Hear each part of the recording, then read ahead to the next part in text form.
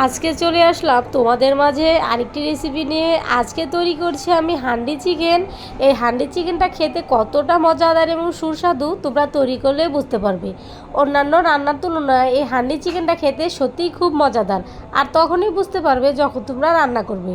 তো চলো তাহলে তৈরি করে ফেলি। এখানে আমি 500 গ্রাম মাংস নিয়ে নিয়েছি, আর 500 গ্রামের মতো পেঁয়াজটা দিয়ে দিব। ঠিক যতটা মাংস নিব ততটুকুই পেঁয়াজ দেওয়ার চেষ্টা করব। এরপরে এতে দিয়ে দিচ্ছি আমি তেজপাতা, দারচিনি, এলাচ, গোলমরিচ। তারপরে দিয়ে দিতেছি আদা বাটা, রসুন বাটা, জিরা বাটা। দিয়ে দিতেছি ধনিয়া গুঁড়ো, সামান্য কিছু জিরার গুঁড়ো। দিয়ে দিব 1 চামচ মরিচের গুঁড়ো, 1 চামচ হলুদের গুঁড়ো, আর অবশ্যই স্বাদ মতো লবণটা দিয়ে দিব। এরপরে দিয়ে দিতেছি 1 কাপের মতো সয়াবিন তেল। দিয়ে দিতেছি 3 থেকে 4টা আস্ত রসুন, আর শুকনা মরিচ দিয়ে দিব 2টো।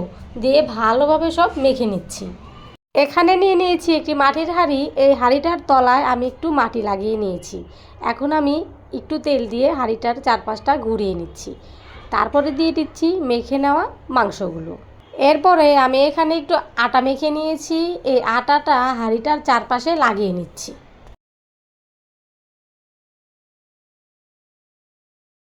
আটাটা আমি লাগিয়ে নিয়েছি। এখন একটি মাটির ঢাকনা দিয়ে চেপে দিব। ঢাকনাটা এনে আমি যখন ধুতে গিয়েছিলাম ঢাকনাটা ভেঙে গিয়েছে, তো আমি আমার মতো এটাকে কাজে লাগানোর চেষ্টা করেছি। এখন আমি হাত দিয়ে চেপে লাগিয়ে দিচ্ছি।